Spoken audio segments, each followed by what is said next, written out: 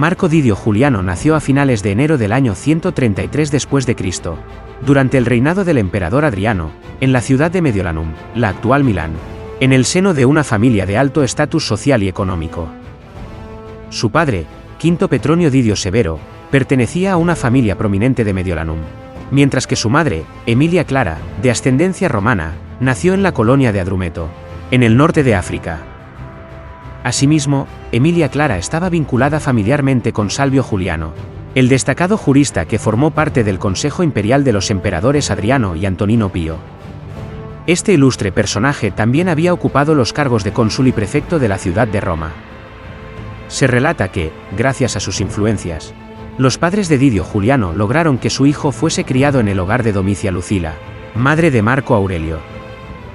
Criado en un entorno privilegiado, no es de extrañar que el joven Didio Juliano progresara rápidamente.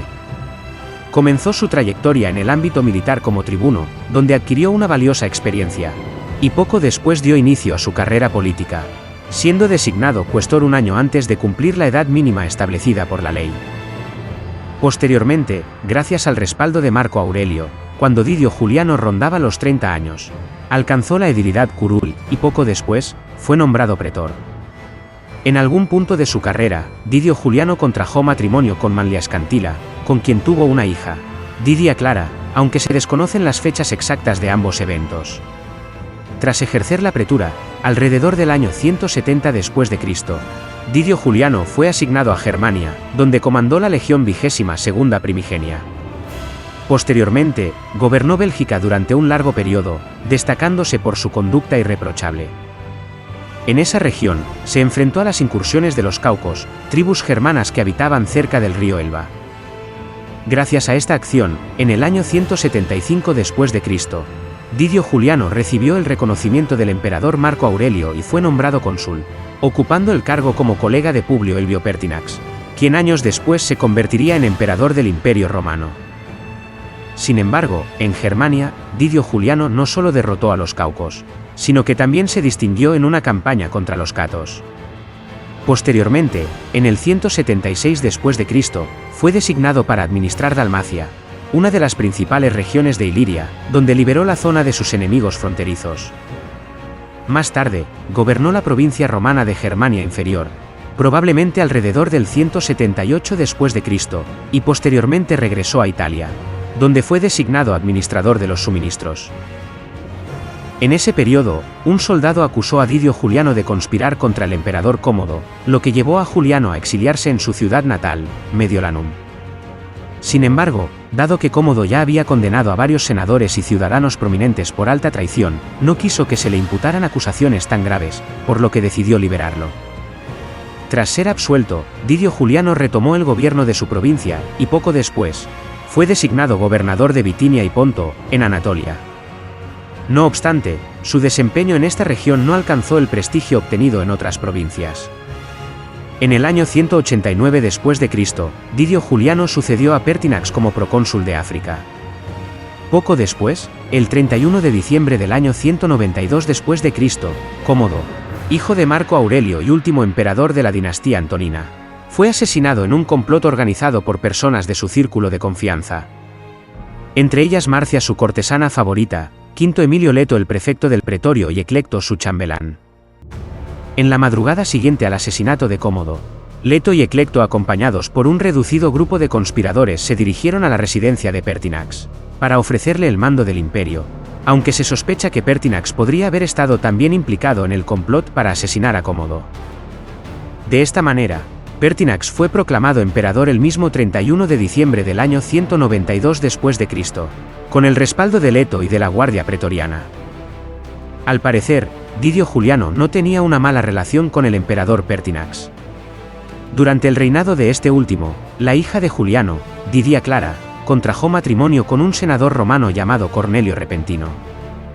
Se relata que dado que Didio Juliano y Pertinax habían compartido el consulado en el año 175, y que Juliano había sucedido a Pertinax como cónsul en África en el año 189, el propio Pertinax solía referirse a él como colega y sucesor.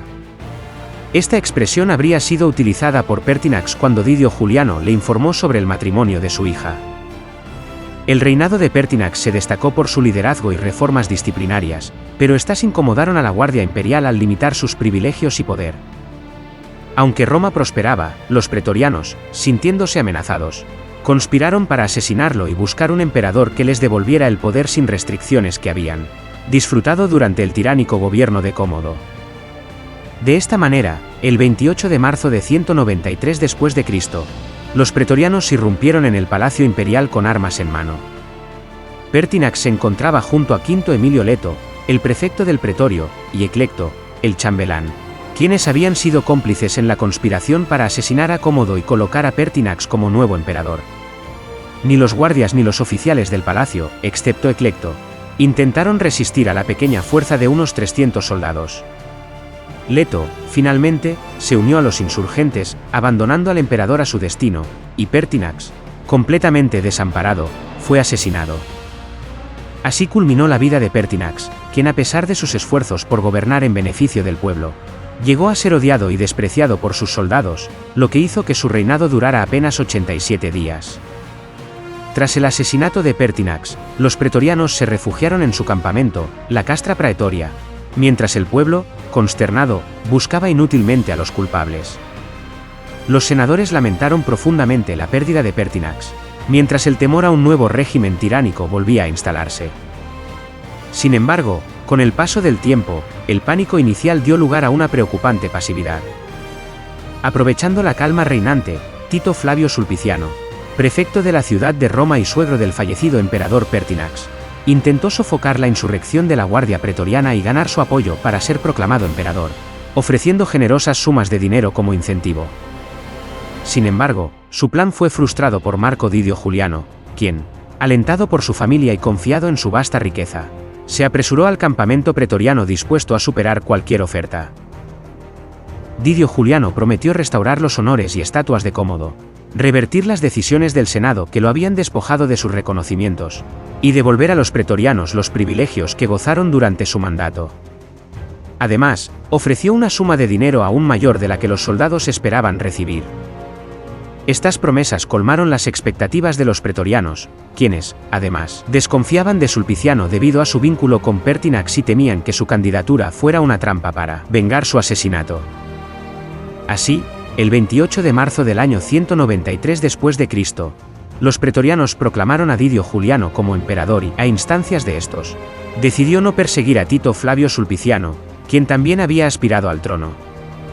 Asimismo, se les concedieron los títulos de augustas a su esposa, Manlia Escantila, y a su hija, Didia Clara.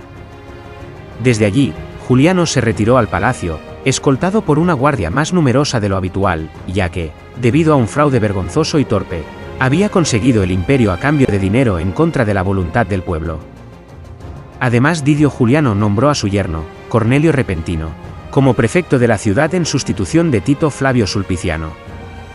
El hecho de que no se castigara a los responsables del asesinato de un emperador ni se impidiera una subasta tan indecente del imperio fue la principal causa de una alarmante indisciplina que perduraría en los años siguientes. La avaricia de los soldados por el dinero y el desprecio hacia sus emperadores, hasta el punto de llegar al asesinato, siguieron aumentando con el tiempo. Algunas fuentes relatan que cuando Didio Juliano asumió el poder se descubrió que no disponía del dinero que había prometido, ni podía acceder a los fondos del erario público, ya que estos se encontraban agotados debido al despilfarro de Cómodo. Esta situación causó el descontento de los soldados, y al percatarse de ello, el pueblo comenzó a despreciar y burlarse de Didio Juliano por su conducta excesiva y su falta de cumplimiento. Otras fuentes mencionan que Didio Juliano recibió al Senado y al orden ecuestre en el palacio, saludando con afecto a sus miembros, y agradecido por su elección, aceptó varios títulos, pero rechazó una estatua de plata. Sin embargo, las fuentes coinciden en que Didio Juliano era odiado por el pueblo, que lo hostigaba y abucheaba, esperando que renunciara al trono. Mientras tanto, la noticia del asesinato de Pertinax se propagó rápidamente por el Imperio Romano, llegando a principios de abril a Panonia Superior. Allí, el gobernador Septimio Severo fue proclamado emperador por sus tropas, encabezando una rebelión con el ejército bajo su mando. Poco después, las mismas noticias alcanzaron Siria, donde Cayo Pescenio Níger, gobernador de la provincia y muy popular en Roma y entre las legiones orientales, Reunió a sus tropas en Antioquía y fue proclamado Augusto a finales de abril, sin conocimiento de las acciones de Severo. A estas sublevaciones se unió un tercer aspirante al trono, Décimo Clodio Septimio Albino, gobernador de Britania, respaldado por los ejércitos de Galia y Britania. Por ello, el año 193 después de Cristo pasó a la historia como el año de los 5 emperadores, ya que tras el asesinato de Pertinax y la proclamación de Didio Juliano, emergieron 3 nuevos aspirantes al trono, Septimio Severo, Pescenio Níger y Clodio Albino. Según los relatos, Didio Juliano, inicialmente despreocupado por los ejércitos de Britania, centró su atención en los de Siria, intentando neutralizar a Pescenio Níger mediante el envío de un emisario para asesinarlo. Sin embargo, la inesperada insurrección de Septimio Severo lo tomó por sorpresa. Ante esta amenaza, Juliano consiguió que el Senado declarara a Septimio Severo enemigo público y estableciera un plazo para que sus soldados lo abandonaran, advirtiendo que, de no hacerlo, serían considerados traidores. Además, envió asesinos contra Septimio Severo. No obstante, todos sus intentos por controlar la situación resultaron infructuosos. Por su parte, Septimio Severo, tras ordenar la rápida preparación de sus tropas, emprendió sin descanso la marcha hacia Roma.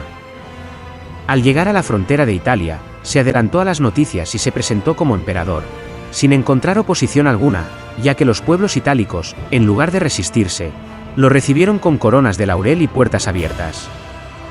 Septimio Severo solo hizo una breve pausa para realizar sacrificios y obtener buenos augurios antes de proseguir rápidamente hacia Roma. Cuando estos hechos llegaron a oídos de Didio Juliano, cayó en una profunda desesperación. Rápidamente reunió dinero de diversas fuentes con la intención de ganarse a los soldados mediante un reparto.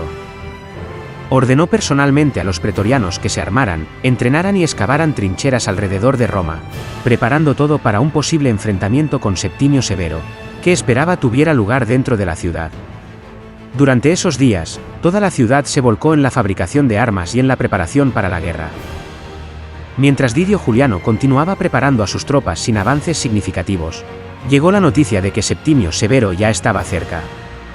Ante su inminente llegada, el pueblo, temeroso, comenzaba a apoyarlo y a admirarlo cada vez más. En contraste, Didio Juliano era cada vez más odiado, y se rumoraba a diario sobre su cobardía, lo que alimentaba aún más el desprecio hacia él. Didio Juliano, desesperado, intentó negociar con Septimio Severo a través de una carta proponiendo un pacto. Sin embargo, al ver que no contaba con el apoyo necesario, el Senado terminó respaldando a Septimio Severo. Al enterarse de la proximidad de Severo, el Senado, bajo la dirección de los cónsules, se reunió y dejó de lado a Didio Juliano. Mientras tanto, Juliano permanecía en el Palacio Imperial, lamentando su situación y suplicando por la oportunidad de renunciar al trono y ceder el poder a Severo. Cuando el Senado se enteró del miedo de Didio Juliano y de que la Guardia Imperial lo había abandonado por temor a Septimio Severo, votó por su muerte y proclamó a Severo emperador único. Entonces, enviaron una delegación de magistrados y líderes del Senado para ofrecer a Severo todos los honores correspondientes al título de Augusto. Mientras tanto, un tribuno militar fue enviado a Didio Juliano con la orden de ejecutarlo. El cobarde y desafortunado anciano, que había comprado su trágico destino con su propio dinero, fue hallado solo y abandonado por todos.